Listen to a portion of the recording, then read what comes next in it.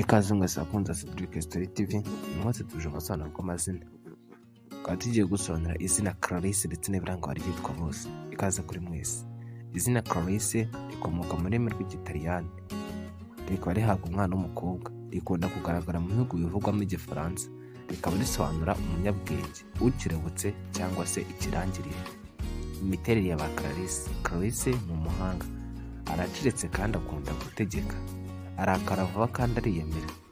Agira inzozi zo ku rwego rwo hejuru kandi akunda kurebera ku bakire bakomeye cyane.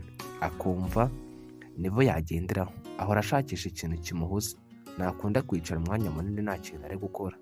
Ibi ariko ntibivuze ko Clarisse inzozi ze azigeraho, kuko akunda guhura n'ingorane zituma ibyo atekereza atabigeraho, ahubwo ugasanga ubuzima bwe bwabaye akavuyo gusa. Aba yumva ashaka kumenya ibintu byose.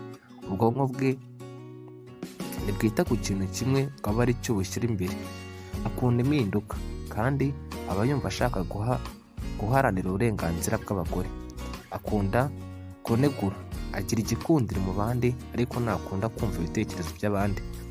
Aba yumva ibyo we atekereza ari byo byagakwiye gukorwa. Iyo akiri umwana Clarisse aba yumva ashaka gutegeka abandi bose.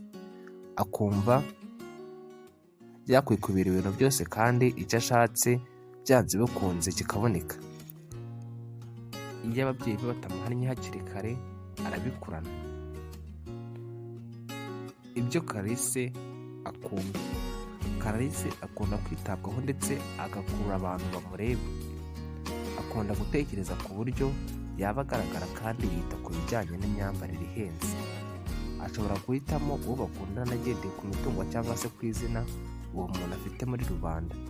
Yifuza kubaka urugo rurimo ibyishimo ndetse ubuzima yaba arimo bwose agerageza kwishima ntiyiremereze ubwonko. Ku bijyanye n'imirimo akunda gukora ni ibijyanye n'ikoranabuhanga, ubuvuzi n'icungamutungo.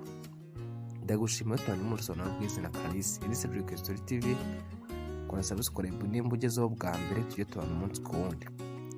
Wifuza ko tugusobanurira izina runaka waryandika muri komenti tugasare gusobanura ubutaha. Ndabashimiye cyane mwese tubanye. Tuzahura mu biganiro by'ubutaha tugenda tubategurira.